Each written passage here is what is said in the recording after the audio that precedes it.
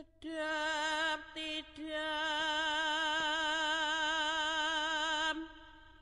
para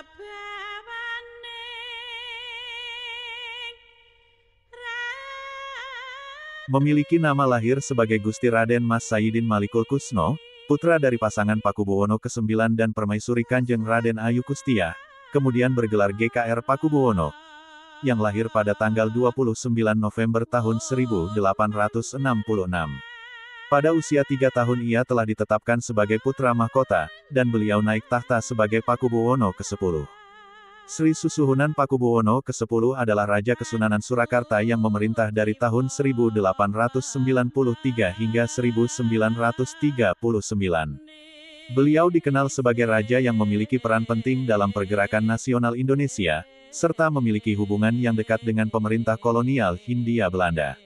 Sri Susuhunan Pakubuwono ke-10 memiliki beberapa gelar kebangsawanan, seperti Luitenan Kolonel, Kolonel, General Major, dan Luitenan General. Beliau juga menerima banyak penghargaan dari pemerintah Hindia Belanda, seperti Groot Cruise in de Orde van de Nederlandse Leeuw. Sri Susuhunan Pakubuwono ke-10 memiliki kepedulian terhadap rakyatnya, terutama dalam bidang pendidikan dan kesehatan. Beliau mendirikan sekolah-sekolah dan rumah sakit, serta memberikan bantuan kepada masyarakat yang membutuhkan. Selain itu, Sri Susuhunan Pakubuwono ke-10 juga memiliki peran penting dalam mengembangkan kesenian dan kebudayaan Jawa. Beliau menciptakan gending-gending Jawa yang indah dan mempromosikan kesenian Jawa ke seluruh dunia. Sri Susuhunan Pakubuwono ke-10 wafat pada tahun 1939, beliau dianggap sebagai salah satu raja yang paling berpengaruh dalam sejarah Kesunanan Surakarta.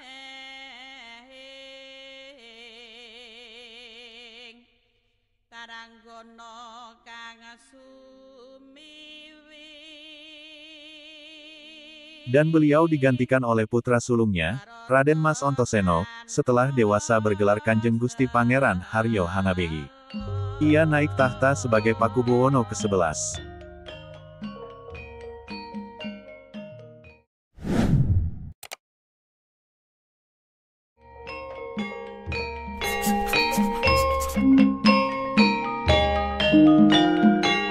Harta, tahta, wanita. Tiga hal ini erat kaitannya dengan stigma negatif dalam masyarakat Jawa karena dimaknai sebagai tiga godaan terbesar manusia.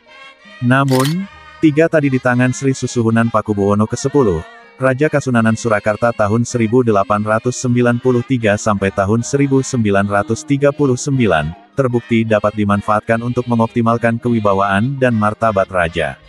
Apalagi, Sri Susuhunan Pakubuwono ke-10 hidup serta memerintah Surakarta tatkala Jawa berada di bawah mantapnya kolonialisme Belanda.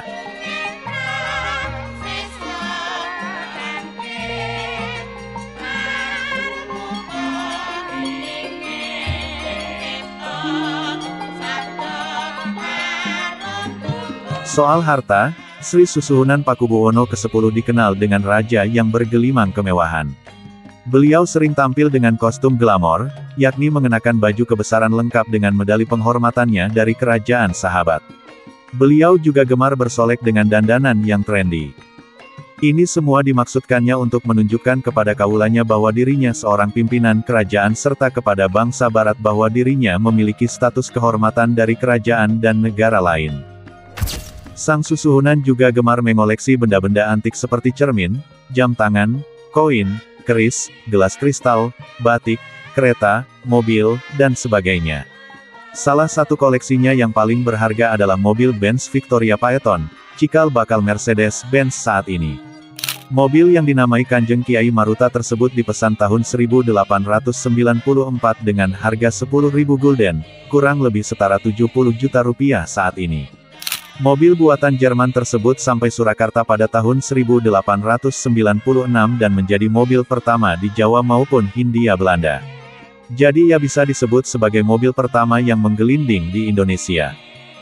Walau hidup bergelimang kemewahan, Sri Susuhunan Pakubuwono ke-10 dikenal sebagai sosok yang dermawan.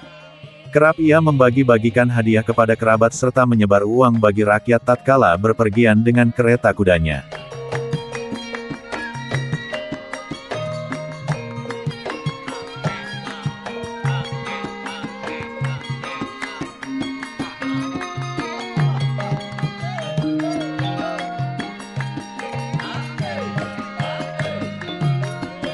Soal tahta, sudah tidak diragukan lagi bahwa beliau bertahta sebagai raja yang memiliki pengaruh besar bagi rakyat Surakarta maupun bagi masyarakat Jawa pada umumnya. Sejak kecil, beliau digadang-gadang menjadi raja besar sehingga diasuh dan dididik secara khusus.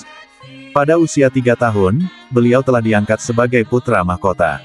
Menariknya, keistimewaan tersebut tidak membuatnya angkuh. Beliau justru memiliki pemikiran yang mampu menyesuaikan tuntutan zaman. Seperti dalam hal perjuangan melawan kolonialisme. Beliau tidak melakukan konfrontasi terbuka atau bisa disebut peperangan seperti kakeknya Sri Susuhunan Pakubuwono ke-6 dengan pemerintah kolonial Belanda. Sri Susuhunan Pakubuwono ke-10 memilih menjalankan kebijakan dari dua sisi yang berbeda. Di satu sisi, beliau terlihat taat menghadapi dikte dan aturan pemerintah kolonial Belanda. Sementara di sisi lain, Sunan Pakubuwono ke-10 mendukung organisasi pergerakan nasional dengan memberikan berbagai bentuk dukungan kepada Budi Utomo dan Sarekat Islam. Baik secara finansial maupun melalui pemikiran yang visioner seperti kunjungan politik ke berbagai daerah. Salah satunya adalah perjalanan akbarnya mengelilingi Pulau Jawa hingga Sumatera yang dibungkus dengan dalih kunjungan wisata.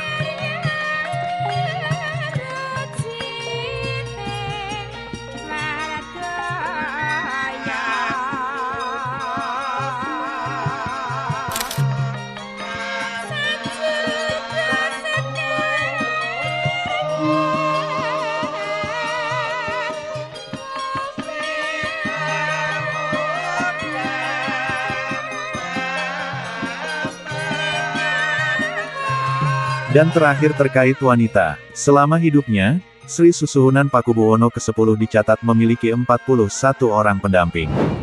2 diantaranya berkedudukan sebagai permaisuri, yakni Bendoro Raden Ajeng Sumantri Putri dari Kanjeng Gusti Pangeran Adipati Aryo Mangkunegoro IV yang bergelar Gusti Kanjeng Ratu Pakubuwono, dan Raden Ajeng Mursudarinah Putri dari Sri Sultan Hamengkubuwono ke-7 yang bergelar Gusti Kanjeng Ratu Hemas.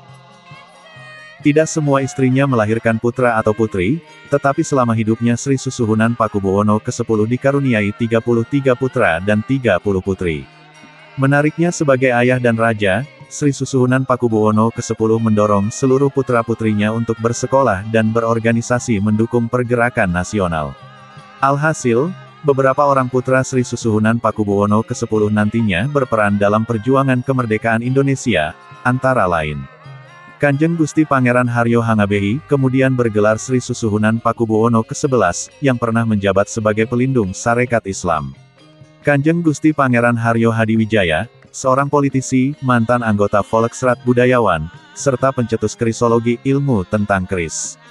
Mayor Jenderal TNI Gusti Pangeran Haryo Purbanegara, penasehat militer pemerintah Indonesia dalam Perjanjian Renville. Jenderal TNI Purnawirawan, Gusti Pangeran Haryo Jatikusuma, Kepala Staf TNI Angkatan Darat Pertama. Brigadir Jenderal TNI Purnawirawan Prof.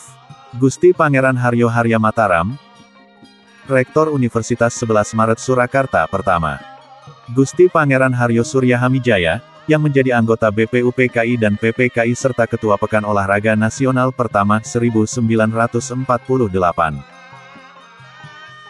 Lebih dari itu, Sri Susuhunan Pakubuwono ke-10 juga membangun sekolah untuk kerabat istana dan sekolah untuk rakyat. Mereka pun didorong untuk berorganisasi dan menerbitkan media massa untuk mendukung pergerakan nasional.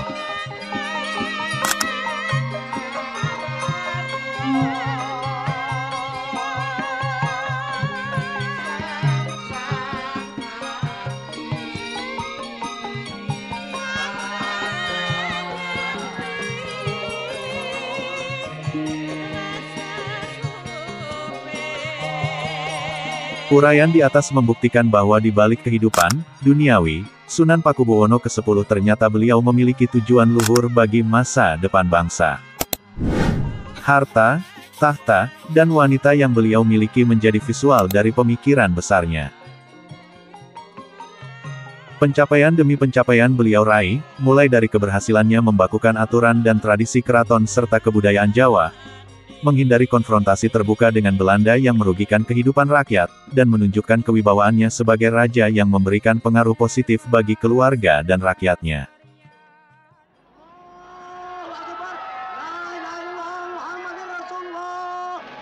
Indonesia merdeka! Indonesia merdeka! Bahkan upayanya mendukung pergerakan nasional berbuah manis dengan kemerdekaan bangsa Indonesia pada 1945. Kami, bangsa Indonesia, dengan ini menyatakan kemerdekaan Indonesia.